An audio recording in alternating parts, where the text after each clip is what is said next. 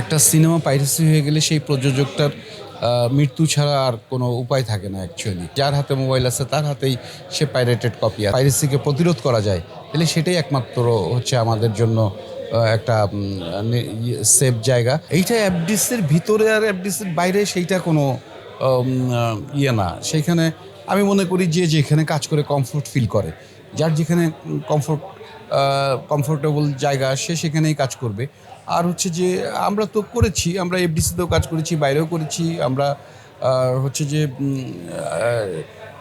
আমাদের তো কোনো সমস্যা হয়নি। আমরা সব মাধ্যমেই কাজ করেছি, সব জায়গাতেই কাজ করেছি। সো এটা হচ্ছে যার যার উপর ডিপেন্ড করে। একটা সিনেমা পাইরেসি হয়ে গেলে সেই প্রযোজকটার মৃত্যু ছাড়া আর কোনো উপায় থাকে না অ্যাকচুয়ালি। একটা প্রযোজকের সম্পূর্ণ শেষ হয়ে যায়, সম্পূর্ণ মানে লগ্নি করা অর্থ সম্পূর্ণই পানিতে চলে যায়, সম্পূর্ণ লস হয়ে যায়। তো এই মাধ্যমকে যদি টিকিয়ে রাখতে হয় তাহলে হচ্ছে যে এই পাইরেসিটাকে ঠেকাতে হবে।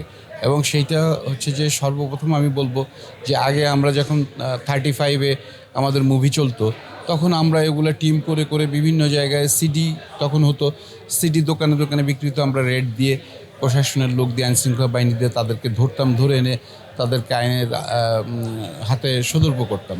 কিন্তু এখন তো সেই মানে নাই, থেকে এটা হয়ে যাচ্ছে ডিজিটাল যুগ। যার হাতে মোবাইল আছে তার হাতেই সে পাইরেটেড কপি আছে। আসলে সেই জায়গাটা তো আমাদের হচ্ছে যে ধরার জন্য খুবই মানে হচ্ছে কষ্টসাধ্য।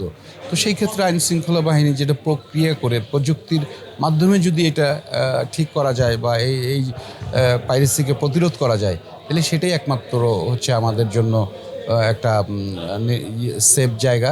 তো সেইটা হচ্ছে যে সরকার এবং সরকারের যে এই হচ্ছে যে দায়িত্বে যারা আছেন আইন শৃঙ্খলা বাহিনী তাদেরই আসলে অ্যাকচুয়ালি এগিয়ে আসতে হবে। তা নইলে কিন্তু আমাদের এই চলচ্চিত্র, আমাদের সংস্কৃতি বা আমাদের বাংলাদেশের সবচেয়ে বড় গণমাধ্যম এটা কিন্তু শেষ হয়ে যাবে। এটাকে টিকিয়ে রাখার জন্য অবশ্যই সরকার এবং সরকারের আইন শৃঙ্খলা বাহিনীকে এগিয়ে আসতে হবে।